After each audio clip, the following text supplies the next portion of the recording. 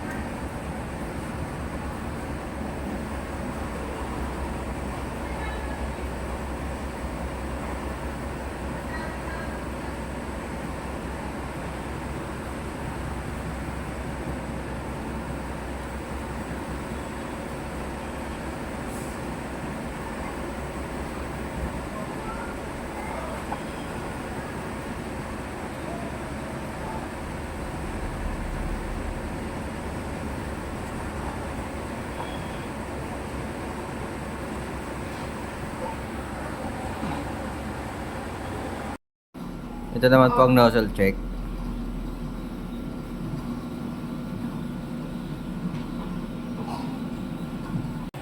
Nandito naman po ang amin ink tank area. Ang last disposable ay waste tank ay Wednesday po.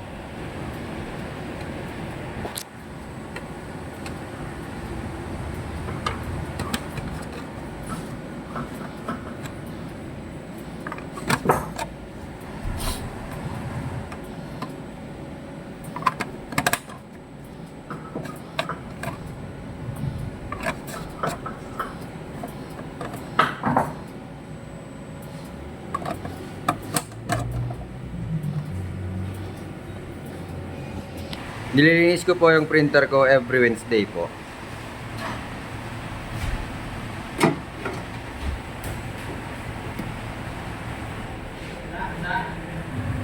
Sa PC naman po, ang hard disk level sa C po, sakto lang po.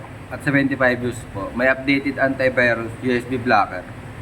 Deep freezer po, para iwas virus. Nag-delete ako this week ng 2 gig lang po. Yun lang po. Thank you.